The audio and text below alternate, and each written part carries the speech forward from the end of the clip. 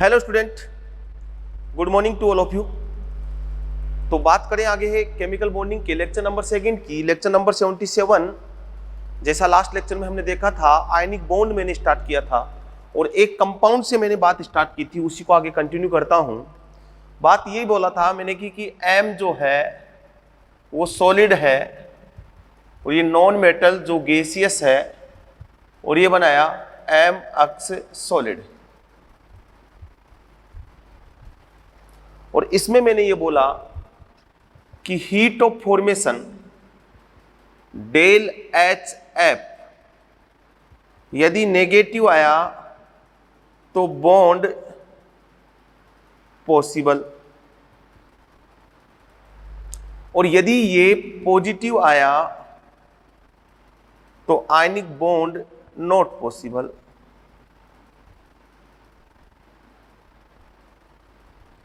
Metal और non metal के बीच में आयनिक बॉन्ड का फॉर्मेशन होता है। अब ये देखो इधर, heat of formation equal to required energy plus released energy. Required energy plus released energy.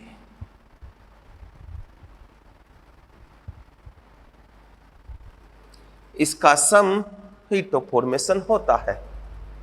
इसका सम हीट ऑफ फॉर्मेशन होता है। अब अगर हम बात करें कि यहां बॉन्ड बनेगा या नहीं बनेगा, उसके बारे में हम बात करें तो आप सबसे पहले ये देखें कि मेटल सॉलिड था, इसको मैं सबसे पहले लेके जाऊंगा गैसियस स्टेट में, मेटल गैसियस में। तो यहां मुझे एनर्जी देनी पड़ेगी जिसको मैं बोलूंगा डेल एच सब्लिमेशन, या इसको आप बोल सकते हो डेल एच एटमाइजेशन। फिर इससे M+1 में है, यहां एक इलेक्ट्रॉन रिलीज करवाना पड़ेगा जिसको मैं बोलूंगा आयनाइजेशन एनर्जी, और ये चला जाएगा M+ गैसियस में। इधर जो एनाइन आपको दिया हुआ है नॉन मेटल ½ तो हाफ मोल दिया तो इसको डिसोसिएट करना पड़ेगा, तो half mole bond dissociation energy. BD का मतलब है बॉन्ड डिसोसिएशन एनर्जी। तो ये कन्वर्ट हो जाएगा अक्स गैसियस में। वो जो इलेक्ट्रॉन वहां निकला था वो इलेक्ट्रॉन इस पे ऐड करूंगा तो इलेक्ट्रॉन एफिनिटी, और वो इलेक्ट्रॉन ऐड हो जाएगा और ये कन्वर्ट हो जाएगा अक्स माइनस गैसियस में। कैटाइन एनाइन, गैसियस कैटाइन और गैसियस एनाइन जब एक दूसरे के कांटेक्ट में आएंगे तो some amount of energy release होगा जिसका नाम है लैटिस एनर्जी, और बन जाएगा MX सॉलिड। तो यहां पे हीट ऑफ फॉर्मेशन टोटल इस रिएक्शन का हुआ क्या वो हम निकाल सकते हैं।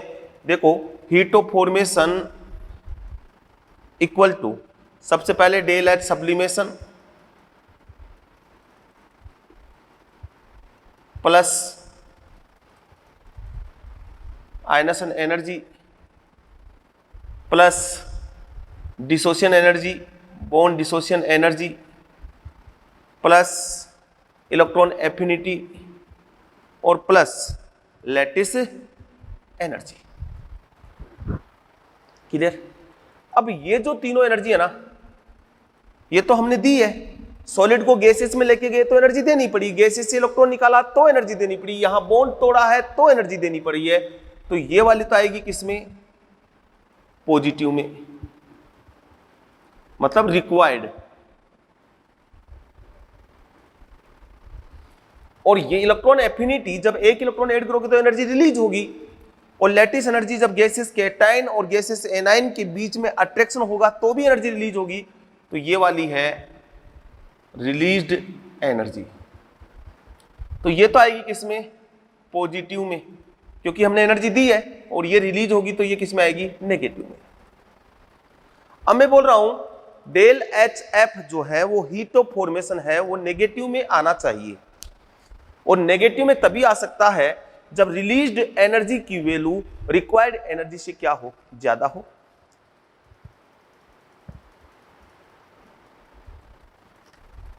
क्लियर? तभी आ सकता है favourable condition for ionic bond formation. क्या फेवरेबल कंडीशन होगी? तो वो है required energy is less than released energy. Required energy released energy से कम होनी चाहिए। रिक्वायर्ड एनर्जी रिलीज्ड एनर्जी से कम होनी चाहिए। तो रिक्वायर्ड एनर्जी कौन सी है? Del H sublimation, sublimation energy, ionisation energy और बॉन्ड डिसोसिएशन एनर्जी, ये तो होनी चाहिए लो। और इलेक्ट्रॉन एफिनिटी या फिर मैं बोल दूं del H E G, electron gain enthalpy plus lattice energy, ये होनी चाहिए हाई, तभी आयनिक बॉन्ड का फॉर्मेशन होगा। क्योंकि डेल एच नेगेटिव तभी आएगा जब रिलीज एनर्जी ज्यादा हो। रिलीज एनर्जी नेगेटिव में रिप्रेजेंट करते हैं, रिक्वायर्ड एनर्जी को पॉजिटिव में बनते हैं। हमें हीट ऑफ फॉर्मेशन नेगेटिव में लेके आना है, रिलीज एनर्जी ज्यादा होनी चाहिए। रिक्वायर्ड एनर्जी से रिलीज एनर्जी कौन सी है? इलेक्ट्रॉन एफिनिटी, लैटिस एनर्जी, ये ज्यादा होनी चाहिए, इनकी वैल्यू हाई होनी चाहिए और इनकी वैल्यू लो होनी चाहिए। तो वो आयनिक बॉन्ड फॉर्मिंग टेंडेंसी है। अब इसमें सबसे पहले आता है, एक एक चीज को हम उठाएंगे कि फॉर्मूला राइटिंग, क्या फॉर्मूला आपको लिखना आता है? Formula writing for organic ionic compound, ठीक है, पहले वो देखते हैं, उसके बाद आगे बढ़ते हैं। फिर लैटिस एनर्जी देखेंगे, हाइड्रेशन एनर्जी देखेंगे, ये सारी चीजें हम देखने वाले हैं। तो फटाफट से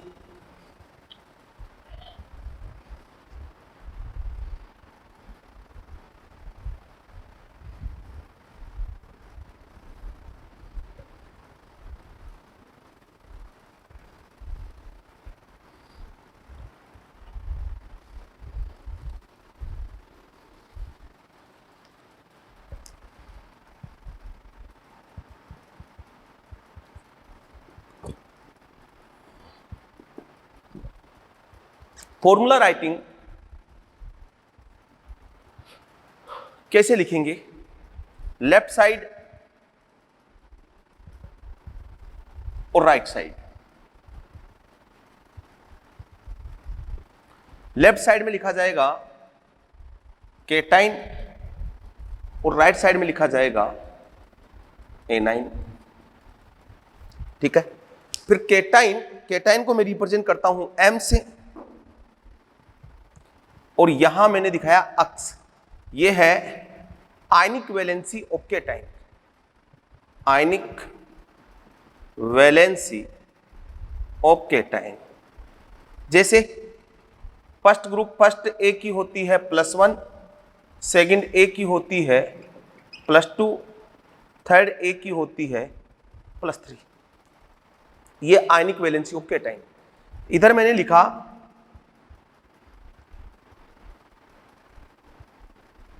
ये वाई, अक्स वाई एनाइन, और ये है आयनिक वैलेंसी ऑफ एनाइन। कैसे? मान लो fourth group 5A 6A 7A, 5 इसकी होती है -4, इसकी होती है -3, इसकी होती है -2 और इसकी होती है -1। मतलब कार्बन फैमिली, इसको 4 इलेक्ट्रॉन चाहिए ऑक्टेट कंप्लीट करने के लिए, नाइट्रोजन फैमिली 3 इलेक्ट्रॉन चाहिए, ऑक्सीजन फैमिली 2 इलेक्ट्रॉन चाहिए, हेलोजन फैमिली 1 इलेक्ट्रॉन चाहिए। यहां आप क्रिस क्रॉस मल्टीप्लाई करें, ये चार्ज इधर ले जाएं और ये चार्ज इधर ले आए, तो m अक्स और ये अक्स और ये y, इसका ले आओ आप सिंपलेस्ट रेशियो, खत्म। ऐसे आपको आयनिक कंपाउंड लिखना है। जैसे अब some important anion and their name, कुछ इंपोर्टेंट एनाइन लिखा देता हूं और उनके नाम लिखा देता हूं कि किस एनाइन को किस नाम से जाना जाएगा। और फॉर्मूला होपफुली सभी को लिखना आना चाहिए, और मैं ये मान के चल रहा हूं कि सभी को फॉर्मूला लिखना भी आता है। जैसे an element N have 2 electron in valence cell combined other element have their valence cell configuration is ns2 np3, then formula of ionic compound will be, ये क्वेश्चन है, आयनिक कंपाउंड का फॉर्मूला क्या होगा। तो n एलिमेंट है, 2 electron valence shell में है, तो 2 इलेक्ट्रॉन किस में होते हैं, सेकंड ए में, तो n का हो गया +2। दूसरा other element and other element m है, उसके वैलेंस सेल में इलेक्ट्रॉन है ns2np3, मतलब कौन सा हो गया ns2np3 5, इस पे चार्ज कितना -3 गया, क्या बना गया n3m2 फॉर्मूला हो जाएगा। ठीक है, अब मैं कुछ सम पॉली एटॉमिक एनाइन उनके नाम बता देता हूं। फॉर्मूला सभी को लिखना आता होगा, नहीं भी आता है तो मैंने बता दिया है।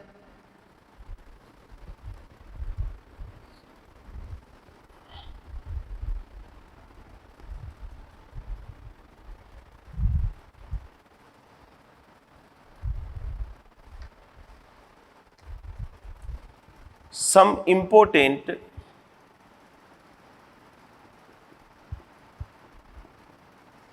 polyatomic anion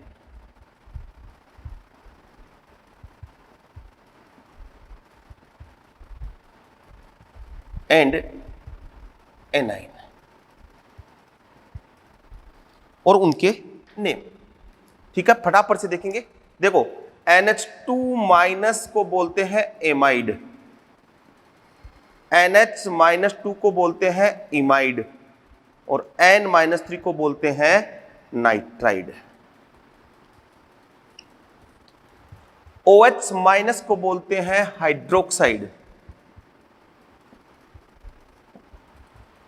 O-2 को बोलते हैं ऑक्साइड, O2- को बोलते हैं प्रोक्साइड, और O2- को बोलते हैं सुपर ऑक्साइड।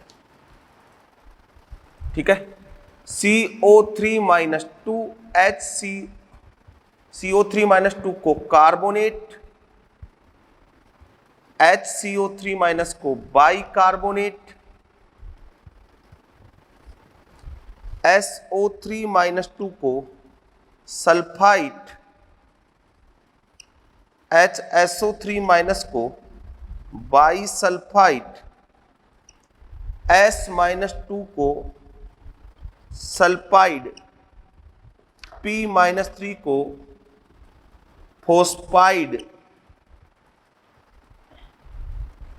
PO4- को फोस्फेट, H2PO4- 2HPO4- 1 HPO4- 2 और PO4- 3, इसको बोलते हैं फोस्फेट, इसको बोलते हैं डाइहाइड्रोजन फोस्फेट, इसको बोलते हैं मोनो हाइड्रोजन फोस्फेट, अक्स O- को बोलते हैं हाइपो हेलाइट, अक्स O2- को बोलते हैं हेलाइट, अक्स O3- को बोलते हैं हेलेट, अक्स O4- को बोलते हैं पर हेलेट। क्लियर, यहां तक समझ में आ गया। NO2- को बोलते हैं नाइट्राइट, NO3 माइनस को बोलते हैं नाइट्रेट, NO2 माइनस को नाइट्राइट, NO3 माइनस को नाइट्रेट। C2O4 माइनस 2 को बोलते हैं ऑक्जिलेट, X माइनस को बोलते हैं हेलाइड। जैसे आपको फॉर्मूला बनाना है मैग्नीशियम नाइट्राइड, तो मैग्नीशियम Mg+2, नाइट्राइड ये रहा N-3, ये इधर Mg3N2 फॉर्मूला बन जाएगा। आपको बनाना है पोटेशियम सुपर ऑक्साइड, तो K+ सुपर ऑक्साइड का फॉर्मूला देके O2 माइनस, ये गया, ये K2O हो जाएगा। ठीक है, ये ऐसे some important polyatomic anion है, इनके अकॉर्डिंग आपको नाम लिखना है। वो कैसे लिखोगे समझ में आ गया होगा। H2O3 माइनस 2 को बोलते हैं थायो सल्फेट, S4O6 माइनस 2 को बोलते हैं टेट्राथायोनेट। क्लियर, ये याद होनी चाहिए और होपफुली याद भी होंगे यार, 12th पास करके आए हो। सब सिंपल से फॉर्मूले हैं, इनके बारे में ज्यादा बात करूंगा तो बेवकूफी होगी, क्योंकि बहुत लो लेवल का कंसेप्ट है। आप लोअर क्लासों में ये फर्क आ जाते हो आयनिक कंपाउंड का फॉर्मूला कैसे बनाते हैं, फिर भी मैंने बता दिया है। अब यहां पे अपने पास एक टर्म आई है लैटिस एनर्जी, उसके बारे में हम बात करने वाले हैं।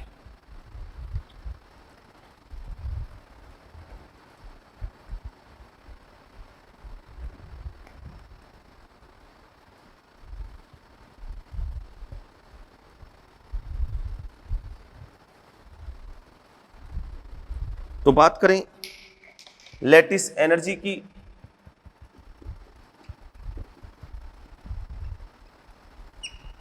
या LE या U से भी रिप्रेजेंट करते हैं।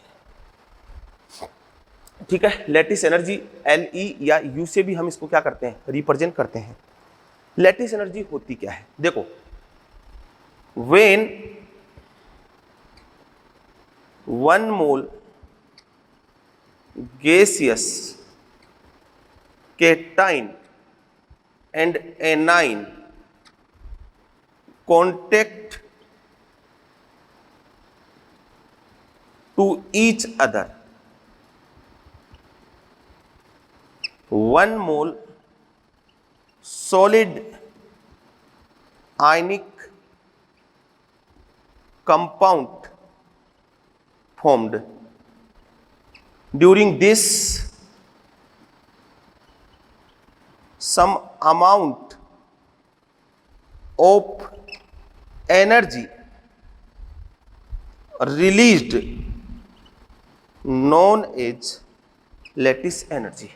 When 1 mole gaseous cation and gaseous anion contact to each other, 1 mole solid ionic compound formed. During this, some amount of energy released known as lattice energy में बोलूं M+ gaseous cation, X- gaseous anion, इधर से इधर गया, बना MX solid, और यहां some amount of energy release हुआ, उसका नाम है लैटिस एनर्जी। रिलीज हुआ है तो किस में जाएगी, नेगेटिव में, क्योंकि रिलीज हुआ है। दूसरी, when 1 mole solid ionic compound break down its constituent part, cation and anion, gaseous, some amount of energy required known as lattice energy. इसका जस्ट अपोजिट बोला है, जब 1 मोल गैसेस केटाइन और गैसेस एनाइन कांटेक्ट करेंगे तो attraction होगा, during this some amount of energy release होगा, उसको हम लैटिस एनर्जी बोल देते हैं नेगेटिव में। फिर मैंने बोला जब 1 मोल सॉलिड को हम कंपाउंड ब्रेक डाउन, इसको तोड़ते हैं, it's constituent part cation and anion, some amount of energy required. अब मैं इधर से इधर जाऊंगा और इसको ब्रेक करूंगा तो मुझे सम अमाउंट ऑफ एनर्जी की रिक्वायर्ड होगी, उसको मैं भी बोलूंगा लैटिस एनर्जी। बट यहां हमने एनर्जी दी है, इसलिए इस कंडीशन में क्या जाएगा, पॉजिटिव। ठीक है, तो दो वे हैं लैटिस एनर्जी के, और वो दोनों वे मैंने आपको बता दिए हैं कि किस वे से आपको इसको ध्यान रखना है। ठीक है, अब बात आती है how to calculate lattice energy. हम लैटिस एनर्जी को कैसे कैलकुलेट करें, थ्योरेटिकली कैसे कैलकुलेट करें और प्रैक्टिकली कैसे कैलकुलेट करें। ठीक है, दो वे से है।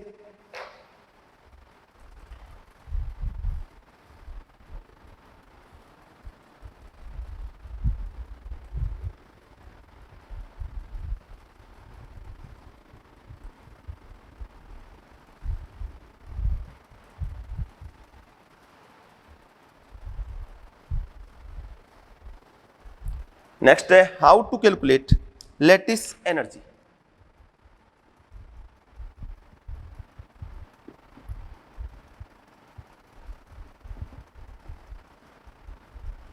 लैटिस एनर्जी को हम कैसे कैलकुलेट करें। एक यहां से दो तरीके के क्वेश्चन बन सकते हैं।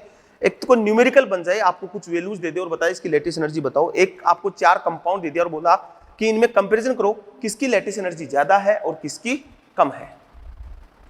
तो लैटिस एनर्जी दो तरीके से कैलकुलेट कर सकते हैं, थ्योरेटिकली, एक तो थ्योरेटिकली कैलकुलेट करना हो, एक प्रैक्टिकली। दो तरीके से हम लैटिस एनर्जी कैलकुलेट कर सकते हैं। प्रैक्टिकली कैलकुलेट करेंगे तो by the help of born-Haber cycle, मतलब इसको बोलते हैं BHC। इससे हम प्रैक्टिकली लैटिस एनर्जी कैलकुलेट कर सकते हैं। थ्योरेटिकली कैलकुलेट करना है तो theoretically lattice energy is directly proportional to charge of cation, charge of anion, inversely proportional to radii of cation और रेडियाई ऑफ एनाइन। मतलब lattice energy is directly proportional to charge upon size. जितना ज्यादा charge होगा lattice energy उतनी ही ज्यादा होगी, जितना size कम होगा लैटिस एनर्जी उतनी ही कम हो जाए, साइज ज्यादा होगा लैटिस एनर्जी उतनी ही कम हो जाएगी। तो यहां अलग अलग दो मेथड है अपने पास लैटिस एनर्जी कैलकुलेट करने की। एक और बोल दूं, lattice energy depend upon following factor. Lattice energy किन पे डिपेंड करती है, charge of cation and anion. दूसरा size of cation, size of cation and anion. तीसरा coordination number.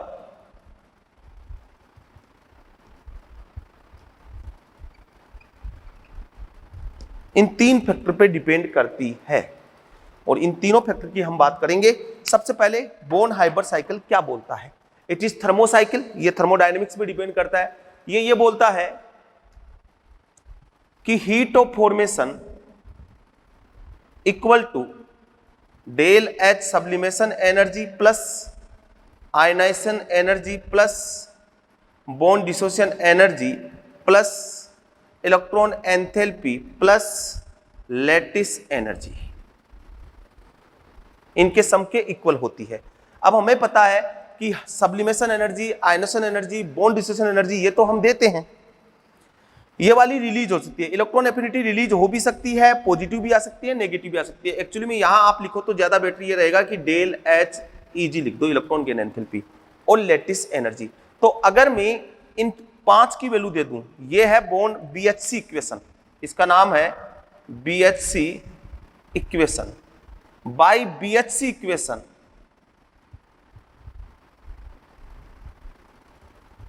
We can calculate, क्या कैलकुलेट कर सकते हैं, हम हीट ऑफ फॉर्मेशन कैलकुलेट कर सकते हैं, अगर इनकी सबकी वैल्यू दे दे तो हीट ऑफ फॉर्मेशन कैलकुलेट कर सकते हैं, सब्लिमेशन एनर्जी कैलकुलेट कर सकते हैं, अगर इसकी इन सबकी दे दे मतलब 1 2 3 4 5 6 वैल्यू है, 6 में इसमें 5 की वैल्यू दे दे, कोई एक वैल्यू आपसे पूछ ले तो इक्वेशन में वैल्यू रख के हम कर सकते हैं, ये भी कैलकुलेट कर सकते हैं, आयनेशन एनर्जी भी कर सकते हैं, बॉन्ड डिसोसिएशन एनर्जी भी कर सकते हैं, इलेक्ट्रॉन गेन एंथैल्पी भी कर सकते हैं, लैटिस एनर्जी भी कर सकते हैं, हाइड्रेशन एनर्जी हम कैलकुलेट नहीं कर सकते हैं इससे।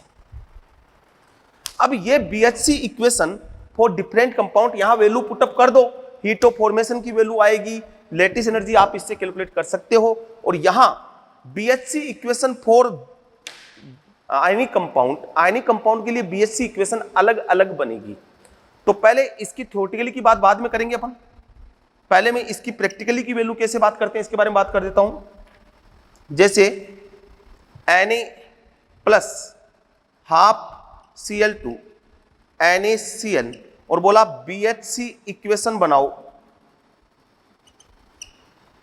तो Na heat of formation equal to, ये पहले किस में गया, Na सॉलिड से किस में गया, गैसेस में, तो सब्लिमेशन एनर्जी, प्लस फिर Na प्लस में है तो एक इलेक्ट्रॉन निकाला तो IE1 plus half mole Cl2 लिया है तो half mole bond dissociation energy ले लोगे, प्लस फिर Cl माइनस में इलेक्ट्रॉन ऐड किया तो डेल HEG आएगा, प्लस फिर आ जाएगा लैटिस एनर्जी। तो अब यहां पे अगर इनकी वैल्यू दे दे, मान लो कैलकुलेट, ये इक्वेशन बन गई BHC इक्वेशन फॉर NaCl, ये NaCl के लिए इक्वेशन बन गई, मिटाऊं,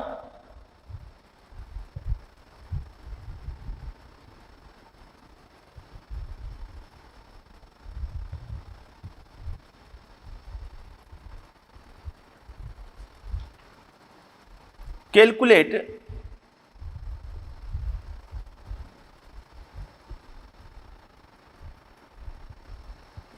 लैटिस एनर्जी फॉर NaCl, ठीक है, और आपको दिया है हीट ऑफ फॉर्मेशन, ये दिया है 550 किलो जूल पर मोल, आयनेशन एनर्जी दिया है,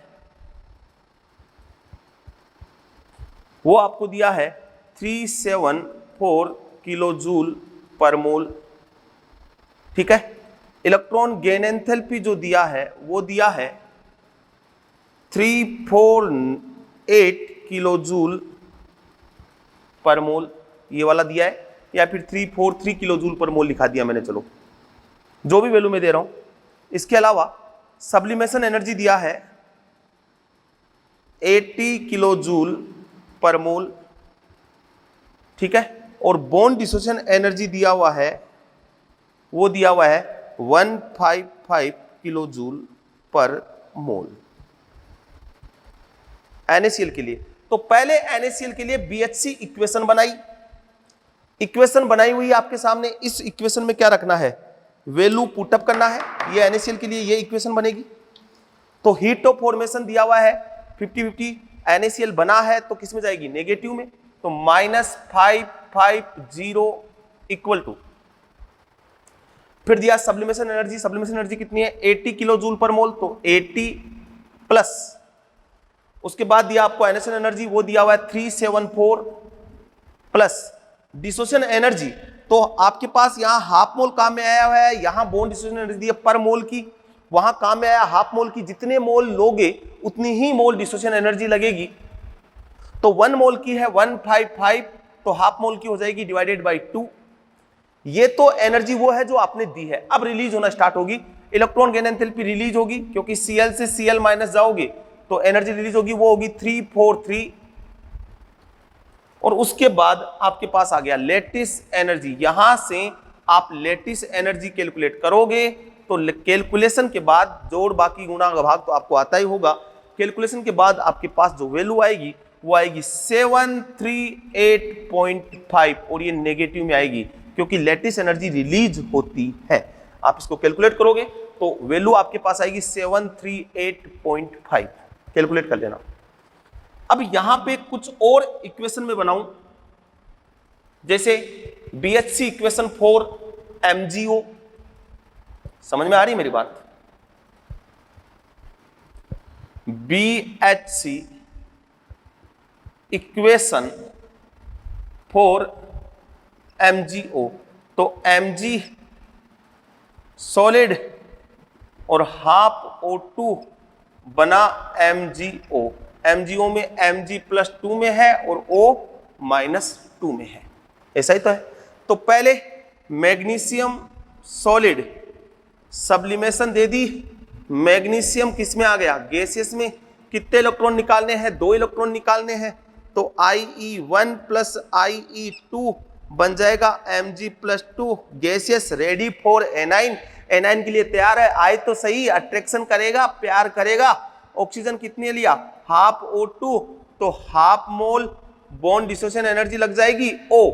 कितने इलेक्ट्रॉन जोड़ने हैं? 2, तो del HEG first plus del HEG2, 2 electron gain enthalpy आपको देनी पड़ेगी, O-2 में कन्वर्ट हो जाएगा, गैसियस बन गया। ऐड कर दो, लैटिस एनर्जी आ जाएगी। इक्वेशन लिख दो, heat of formation sublimation IE1 plus IE2 plus half bond dissociation energy plus EA first, EA second और लैटिस एनर्जी। ये फर्स्ट और सेकंड ऐसे आ जाएगा। ऐसे हर कंपाउंड के लिए अलग अलग बनती है। जैसे मैं और लूं, चलो कर दोगे, कोई बहुत बड़ी प्रॉब्लम नहीं है। कैसे होगा समझ में आ गया होगा, ठीक है। इसके बाद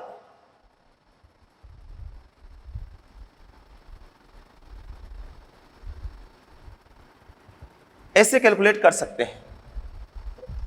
उसके बाद थ्योरेटिकली क्वेश्चन ज्यादा आता है, और वो थ्योरेटिकली कैसे कैलकुलेट करते हैं वो देखें।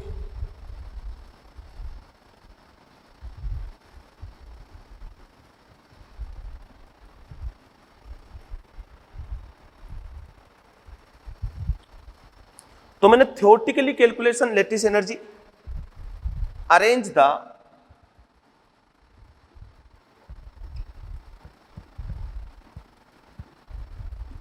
following molecule in decreasing order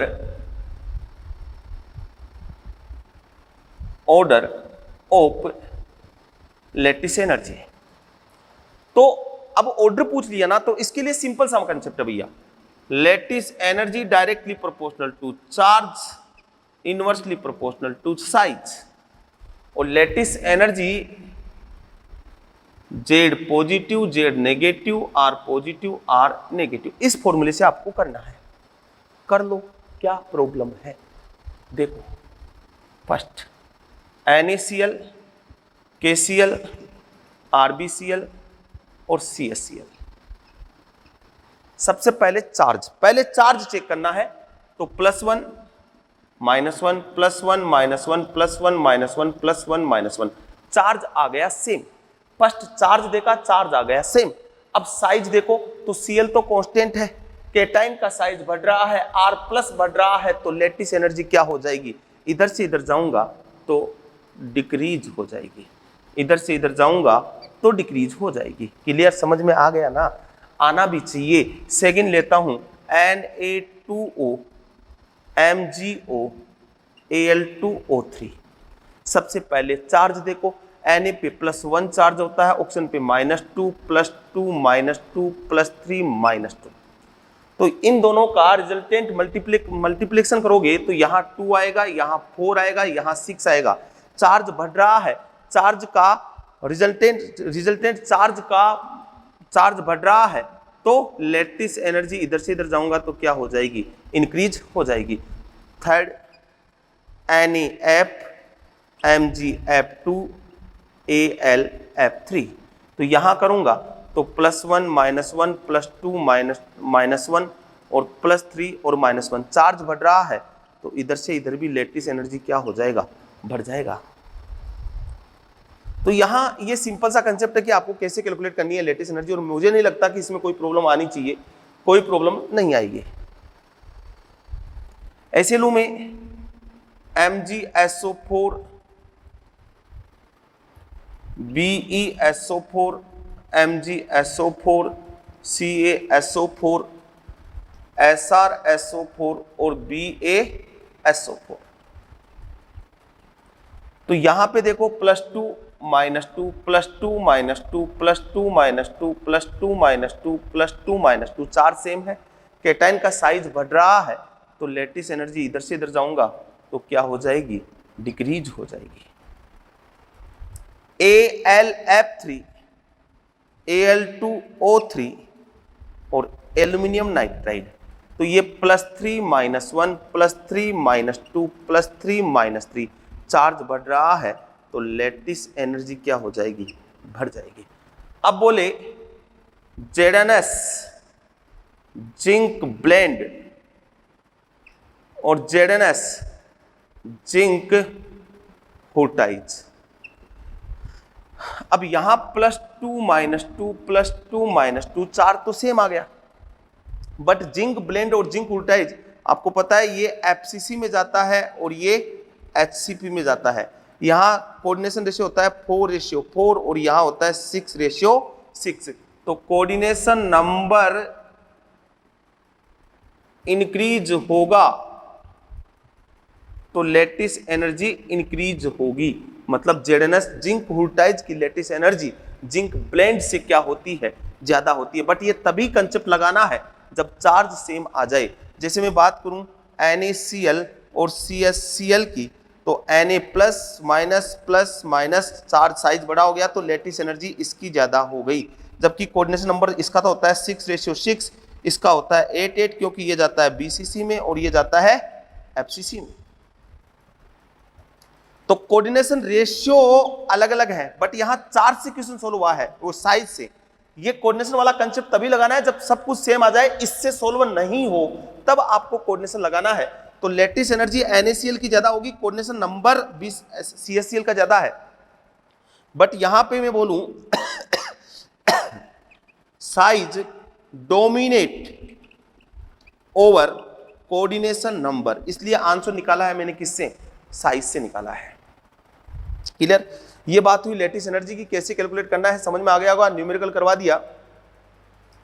अब अगली एनर्जी की बात करेंगे हम, हाइड्रेशन एनर्जी, उसके बारे में बात करेंगे। मिटाऊं?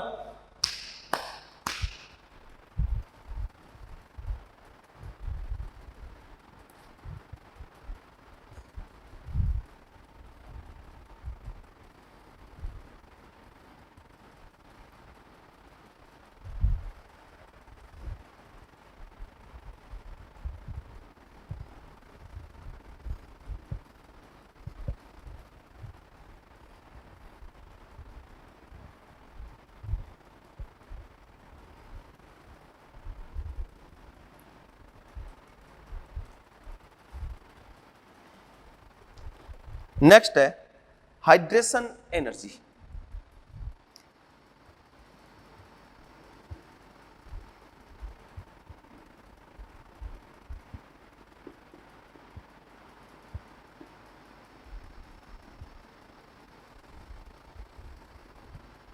और इसको रिप्रेजेंट करते हैं He से।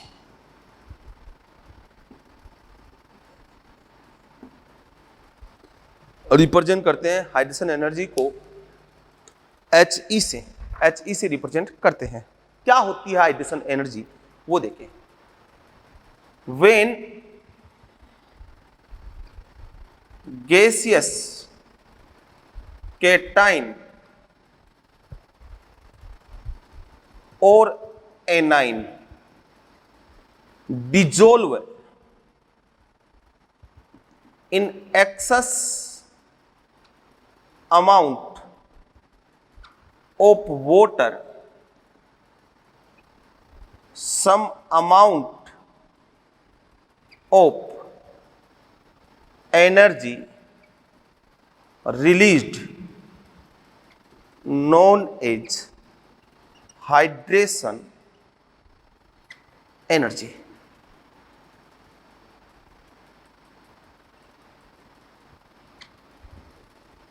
When gaseous कैटाइन या gaseous एनाइन को आप एक्सेस अमाउंट ऑफ वाटर में डालोगे, डिजोल्व करोगे, तो some amount of energy release होगी, उसको हम बोलते हैं हाइड्रेशन एनर्जी। देखो कैसे, जैसे M प्लस गैसियस और यहां मैंने डाला H2O को मैं डाल दिया, इसको एक्सेस में मैंने ले लिया। अब ध्यान रखना भैया, एक्सेस को इससे रिप्रेजेंट करूंगा, डाला तो इस केटाइन के चारों तरफ वाटर जाएगा और बन जाएगा M प्लस एक्वस, ठीक है। और ये N, या फिर मैं दिखा दूं MH2ON और ये प्लस, मतलब इस केटाइन के चारों तरफ कौन चला गया, वाटर चला गया। During this some amount of energy release हुई, उसका नाम है हाइड्रेशन एनर्जी। ये रिलीज का साइन है कि रिलीज हुई है।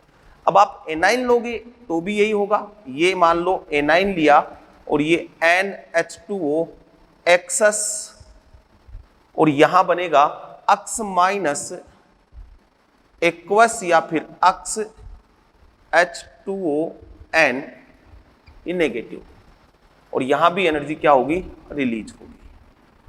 इसका एप्लीकेशन क्या है वो भी बात करेंगे। देखो वैल्यू ऑफ N, कितना वाटर के मॉलिक्यूल आएंगे, value of N depend upon nature of cation and A9. ये वैल्यू N का वैल्यू डिपेंड करेगा, वो डिपेंड करेगा nature of cation and A9, कि ये केटाइन कैसा है, एनाइन कैसा है। जितने ज्यादा वाटर के मॉलिक्यूल आएंगे, ठीक है, as well as value of N increase, hydration energy भी क्या हो जाएगी, इंक्रीज हो जाएगी। जितने ज्यादा N की वैल्यू आएंगे भाई, जितना ज्यादा अट्रैक्शन होगा एनर्जी उतनी ज्यादा रिलीज होगी। अब इसका यूज क्या है, ठीक है, ये कहां हमारे काम में आता है, ये होता कैसे है, उसके बारे में बात करता हूं। देखिए आप इधर समझे, जैसे मैंने लिया M अक्स और ये सॉलिड और इसको वाटर एक्सेस में डाला और ये बना M plus aqueous X minus aqueous, यही तो बनेगा। बट ये डायरेक्ट वाटर में नहीं गया, पहले सॉलिड जो है, पहले जो सॉलिड है वो टूटा, किसमें, M प्लस गैसियस में और अक्स माइनस गैसियस में। तो सॉलिड को मैंने ब्रेक किया गैसियस केटाइन और गैसियस एनाइन में, तो सम अमाउंट ऑफ एनर्जी देनी पड़ी, जिसका नाम है लैटिस एनर्जी। और ये जो लैटिस एनर्जी में दे रहा हूं, ये किस में दे रहा हूं, पॉजिटिव में देनी पड़ रही है। फिर ये excess of amount of water में गया, H2O और यहां भी हाइड्रेशन एनर्जी और यहां भी हाइड्रेशन एनर्जी रिलीज हुई। तो इस रिएक्शन का डेल H एंथैल्पी चेंज क्या हुआ, del H equal to lattice energy plus hydration energy. दो एनर्जी रिलीज हुई है, यहां से यहां आया, यहां से यहां आया, तो इसका डेल H क्या हुआ, lattice energy plus hydration energy. अब देखो इसको बोलता हूं डेल H सॉल्वेशन,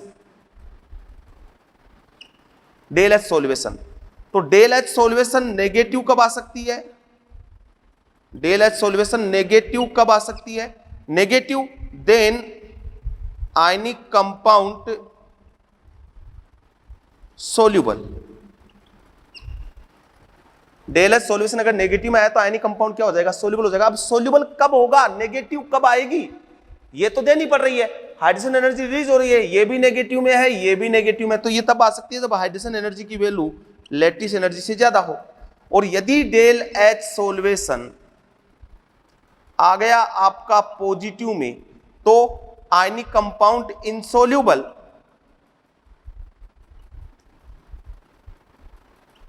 तो वो कंपाउंड इनसोल्यूबल हो जाएगा, सोल्यूबल नहीं होगा। और उस कंडीशन में वो कब आएगा, पॉजिटिव कब आएगी, जब लैटिस एनर्जी ग्रेटर हो देन हाइड्रोजन एनर्जी।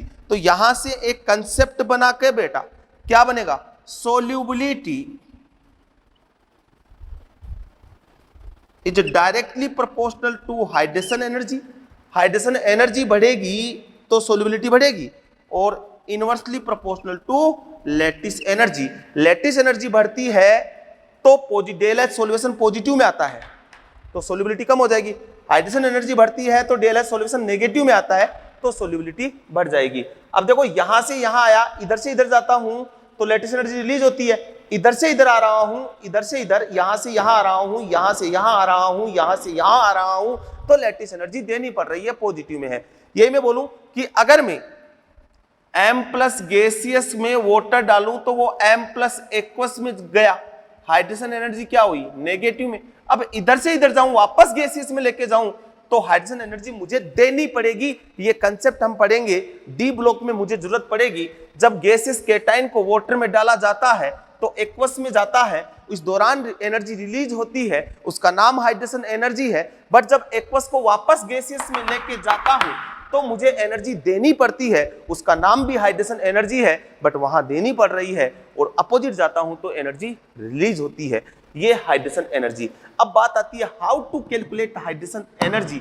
हमें हाइड्रोजन एनर्जी का पता कैसे लगेगा। मैंने बोला value of N depend upon nature of cation and anion. N कितना आएगा वो डिपेंड करेगा केटाइन और एनाइन की नेचर पे, as well as value of N increase. जैसे जैसे एन की वैल्यू इंक्रीज होगी तो हाइड्रोजन एनर्जी भी क्या हो जाएगी, इंक्रीज हो जाएगी। बोलो हां कि ना। क्लियर? मिटाऊं, मिटा दूं? चलो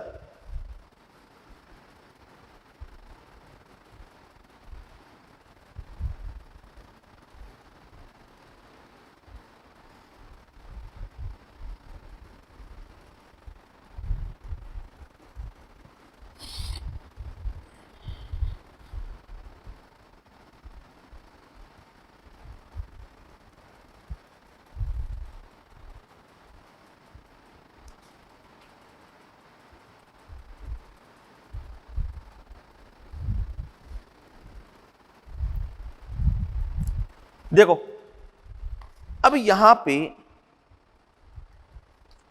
how to decide order of hydration energy.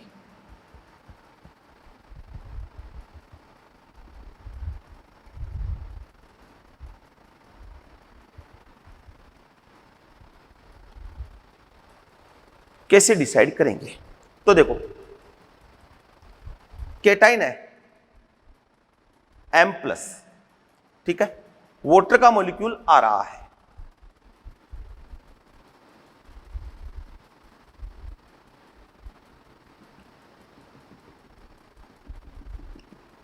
ठीक है, OH OHH OHH OHH OHH OHH, ठीक है। ये क्या है, आयन। और यहां पे इस पे कौन सा चार्ज है, negative positive negative positive negative positive negative positive negative और ये पॉजिटिव। तो ये देखो इधर, ये इसके चारों तरफ क्या बन गई, लेयर बन गई, ठीक है। इसके अलावा भी लेयर बन सकती है, और लेयर बनेगी, यहां भी OH2, यहां भी OH2, यहां भी OH2, यहां भी OH2 और यहां भी OH2। ये अट्रैक्शन हो,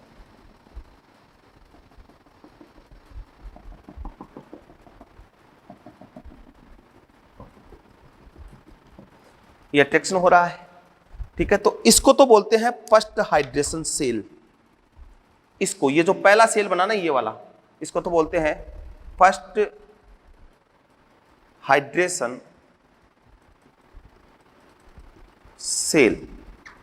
इसको बोलते हैं सेकंड हाइड्रेशन सेल। ऐसे इनफाइनाइट नंबर में इसके चारों तरफ सेल बनते जाएंगे, तब तक बनेंगे तब तक अट्रैक्शन होता रहेगा, तब तक बनते जाएंगे तब तक अट्रैक्शन होता रहेगा। तो यहां अट्रैक्शन हुआ क्या है, ये M प्लस, ये क्या है आयन, और ये OH, ये नेगेटिव ये पॉजिटिव, ये अट्रैक्शन हुआ है। ये क्या है, डाइपोल, दो पोल है ना, पॉजिटिव नेगेटिव, और ये आयन। तो यहां अट्रैक्शन कौन सा हुआ, आयन डाइपोल, डाइपोल अट्रैक्शन। कौन सा हुआ?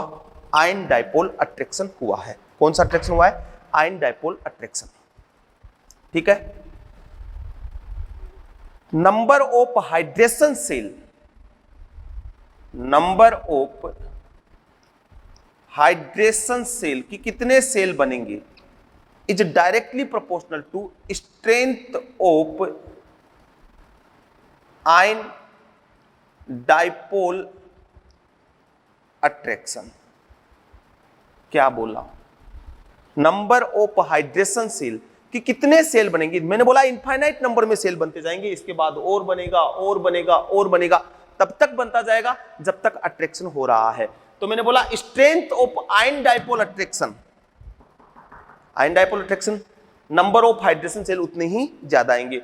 और number of hydration shell, number of hydration shell is directly proportional to hydration energy. जितने ज्यादा हाइड्रेशन सेल आएंगे, जितने ज्यादा अट्रैक्शन होगा, हाइड्रेशन एनर्जी उतनी ही क्या हो जाएगी? ज्यादा हो जाएगी। ठीक है।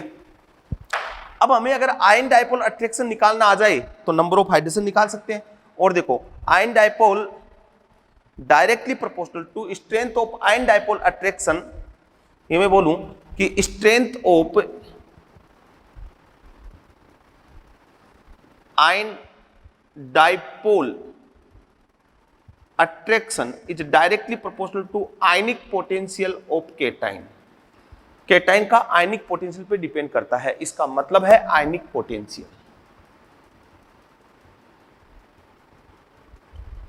और ionic potential directly proportional to charge upon size.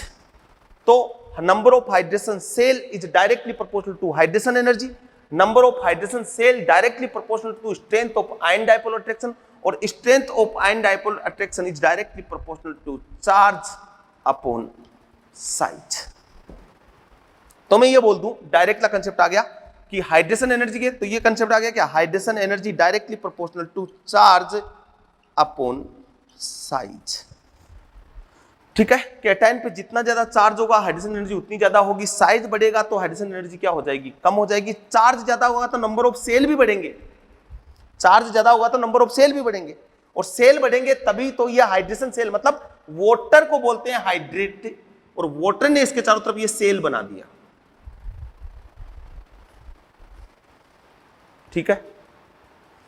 आगे बात समझो, hydration energy charge and size के डायरेक्टली प्रोपोर्शनल। आगे या फिर बोल दो आयनिक पोटेंशियल, ये आयनिक पोटेंशियल के डायरेक्टली प्रोपोर्शनल होगी।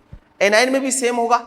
एनाइन में क्या होगा? मान लो ये एनाइन है और ये H, ये OH, ये पॉजिटिव और ये नेगेटिव, वहां ये अट्रैक्शन हो जाएगा।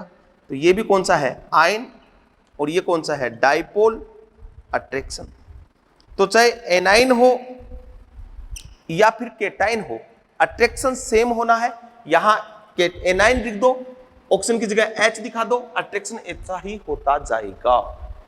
तो hydration energy directly proportional to charge upon size, charge upon size की डायरेक्टली प्रोपोर्शनल होती है हाइड्रेशन एनर्जी। क्लियर?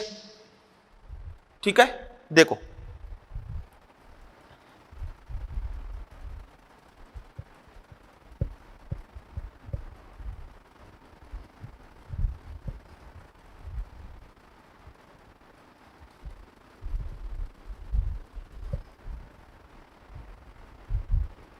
कंसेप्ट निकाल लिया, निकाल के लेके आ गए कि क्या कंसेप्ट होगा, पूरा कंसेप्ट समझा दिया है। Hydration energy directly proportional to charge upon size. ठीक है। अब देखना इधर, arrange the following ions in decreasing order of hydration energy. ये क्वेश्चन हो गया। हाइड्रेशन एनर्जी के डिक्रीजिंग ऑर्डर में आपको क्या करना है? अरेंज करना है। तो देखो इधर Li plus, Na plus, K plus, Rb plus, Cs plus, charge सब पे सेम है। पहले क्वेश्चन चार्ज से सेम करना है, उसके बाद साइज पे जाना है। चार्ज सब पे सेम है, साइज सीजियम का सबसे बड़ा साइज है, इसलिए हाइड्रोजन एनर्जी सबसे कम होगी, तो हाइड्रोजन एनर्जी ऑर्डर ये होगा, ये हाइड्रोजन एनर्जी। ऐसे अगर मैं लूं Be+2 Mg+2 Ca+2 Sr+2 और Ba+2, चार सब पे सेम है, साइज सबसे छोटा है, साइज छोटा है तो हाइड्रोजन एनर्जी सबसे ज्यादा यहां होगा, ये ऑर्डर होगा हाइड्रोजन एनर्जी का। एक क्लियर समझ में आ गया? ओ लू में Na+ Mg+2 और Al+3, चार्ज सबसे ज्यादा +3 पे, तो इधर से इधर जाऊंगा तो हाइड्रोजन एनर्जी क्या हो जाएगी, इंक्रीज हो जाएगी, हाइड्रोजन एनर्जी का ऑर्डर ये हो जाएगा F- Cl- Br- I-, size क्या हो रही है, इंक्रीज हो रही है, तो हाइड्रोजन एनर्जी का ऑर्डर क्या हो जाएगा, डिक्रीज हो जाएगा, इधर से इधर साइज क्या हो रही है, इंक्रीज हो रही है। बोलो निकालोगे हाइड्रोजन एनर्जी, कोई प्रॉब्लम नहीं होनी चाहिए मेरे अकॉर्डिंग, तो आप अपनी बताओ कि क्या कोई प्रॉब्लम आपको नजर आ रही है?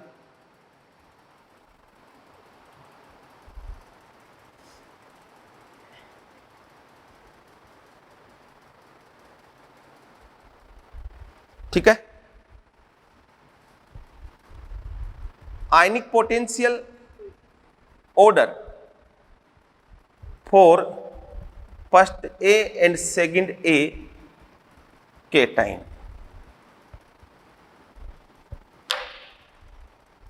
सबसे ज्यादा Be+2 का, फिर Mg+2 का, फिर Li+ का, ठीक है, उसके बाद Ca+2 Sr+2 Ba+2 Na+, K+, Rb+ और Cs+, ये इधर से इधर जा रहा हूं ना, तो आयनिक पोटेंशियल डिक्रीज हो रहा है, हाइड्रोजन एनर्जी भी क्या हो रही है, डिक्रीज हो रही है, ये ऑर्डर आएगा भैया।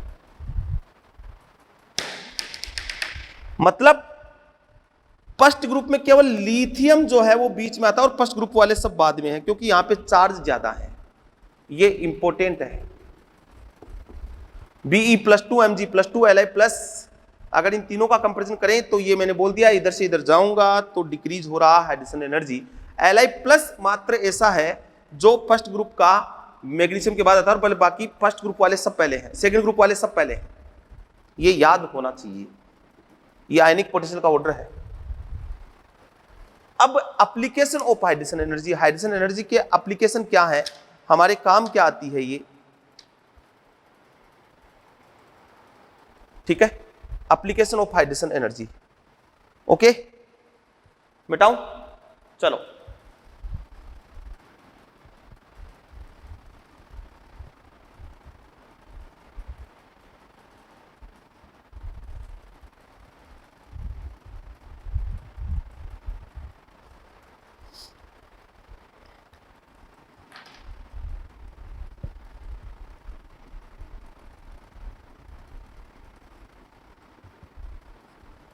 फर्स्ट तो है solubility is directly proportional to hydrogen energy, first तो ये हो गया। Second,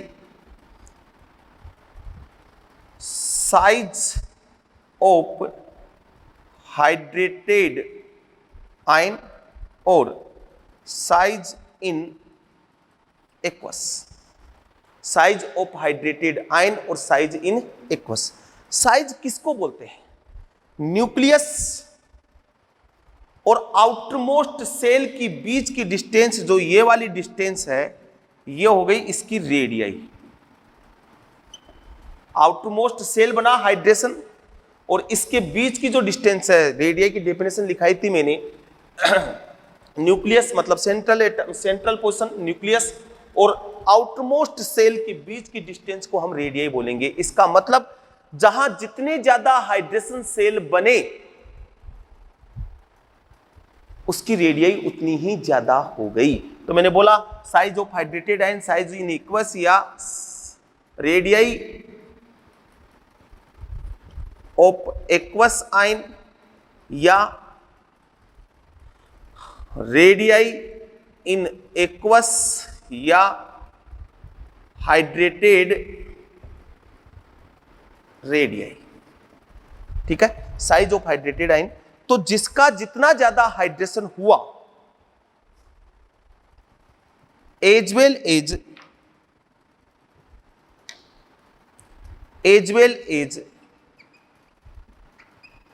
hydration increase, number of hydration shell increase. Number of hydration shell क्या होगा? इंक्रीज होगा, और number of hydration shell increase होगा तो साइज भी क्या हो जाएगी?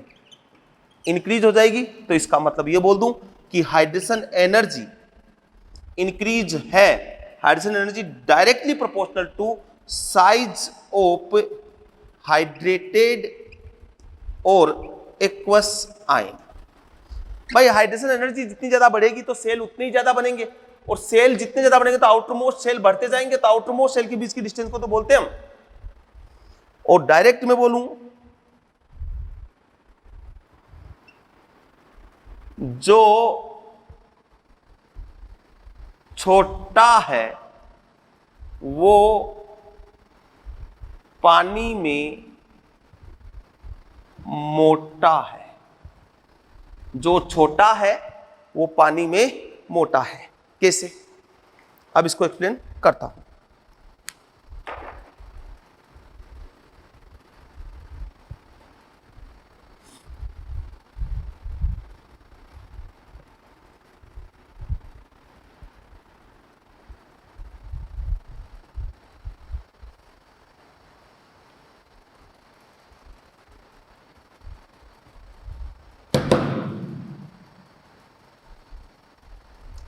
जैसे Li plus Na plus K plus Rb plus Cs plus, इधर से इधर जाता हूं ना तो साइज क्या होता है? इंक्रीज, क्योंकि ये किसमें है?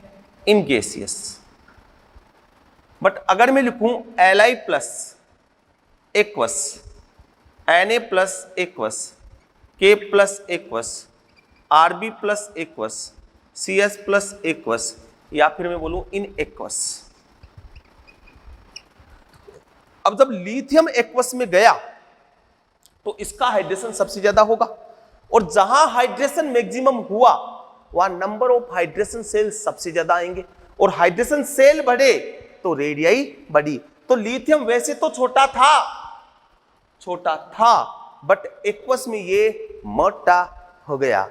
लिथियम वैसे छोटा था, एक्वस में मोटा हो गया।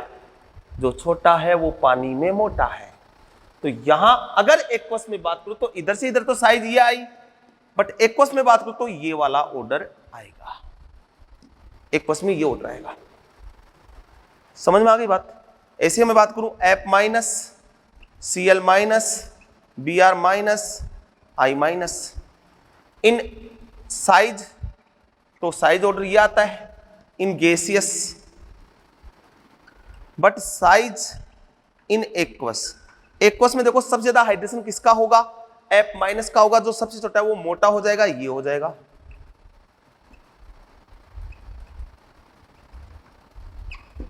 तो ये सेकंड एप्लीकेशन। Third,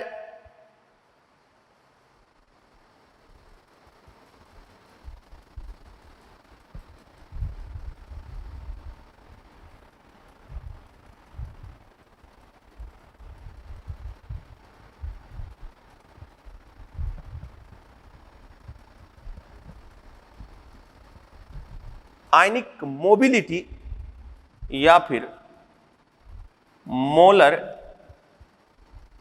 conductivity. आयनिक मोबिलिटी या फिर मोलर कंडक्टिविटी। कंडक्टिविटी की बात करते हैं तो देखो, आयनिक मोबिलिटी या कंडक्टिविटी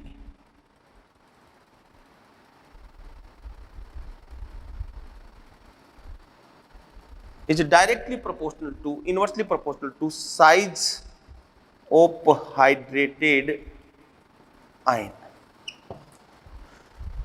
भाई जिसका साइज बड़ा हो गया उसकी आयनिक मोबिलिटी क्या हो जाएगी? कम हो जाएगी, मोबिलिटी कम हो जाएगी। जैसे मैं लूं Li plus aqueous Na plus aqueous K plus aqueous Rb plus aqueous CS plus aqueous. यहां मैंने बोला आयनिक मोबिलिटी, तो जिसका साइज हाइड्रेटेड आयन का सबसे छोटा है ना, उसकी मोबिलिटी ज्यादा है। तो सबसे ज्यादा किसकी हो जाएगी? सीजियम की मोबिलिटी सबसे ज्यादा हो जाएगी। क्यों? इसका साइज सबसे छोटा है। वाटर में बात कर रहे हैं तो इधर से इधर जा रहा हूं तो आयनिक मोबिलिटी इंक्रीज हो रही है, मोलर कंडक्टिविटी भी इंक्रीज हो रही है, मोलर कंडक्टिविटी भी इंक्रीज हो रही है। क्लियर? समझ में आ गया? यही अदर ग्रुप के लग जाएगा। ये बोल दिया size of hydrated ion mobility के इनवर्सली प्रोपोर्शनल हो जाएगा, और साइज ऑफ हाइड्रेटेड आयन निकालना इधर मैंने बता दी है। एक चार्ज और दे रखना, मोलर कंडक्टिविटी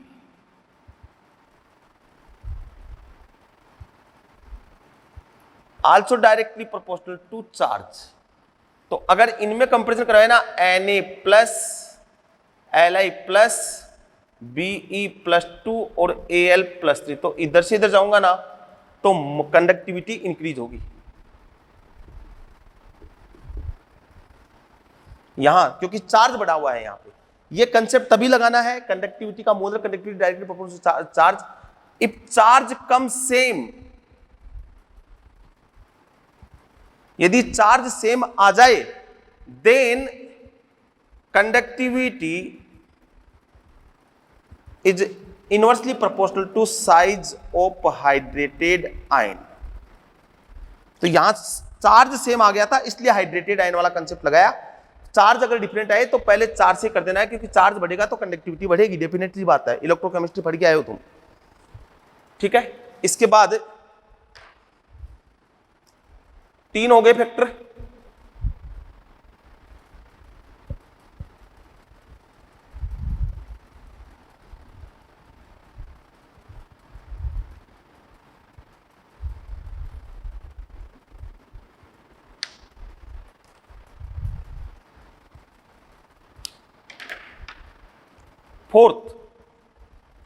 फोर्थ फैक्टर क्या है? Li plus lithium strongest reducing agent of P table due too much more hydration energy. 5F2 is strongest oxidizing agent of P table due to much more hydration energy and low bond dissociation energy। तो अगर इन दोनों में से पूछे कि इन दोनों में से ज्यादा फैक्टर डिसाइड कौन है, तो इसको डबल टिक, मतलब ये मोर करेक्ट है। ये अगर दोनों ऑप्शन है तो दोनों रीजन बोलने हैं, अगर दोनों ही ऑप्शन में आ गए तो ज्यादा करेक्ट कौन सा होगा? हाइड्रेशन एनर्जी वाला ज्यादा करेक्ट होगा। 36 Cu plus 2 aqueous is more stable then Cu plus 1 aqueous due too much more hydration energy, much more hydration energy. Due to this Cu plus 1 disproportionate in aqueous, और ये 2Cu plus aqueous convert हो जाएगा Cu plus 2 में। ये ज्यादा stable है क्योंकि hydration energy ज्यादा है। 7 Ni plus 2 aqueous have much more hydration energy, due to this have negative SRP value। ये डी ब्लॉक में इन दोनों की बात होगी। तो ये थे एप्लीकेशन ऑफ हाइड्रेशन एनर्जी। अब हम नेक्स्ट देखेंगे आयनिक कंपाउंड की प्रॉपर्टीज, मेल्टिंग पॉइंट और सोल्युबिलिटी। उसके बाद आयनिक कंपाउंड खत्म हो जाएंगे। ठीक है, थैंक यू।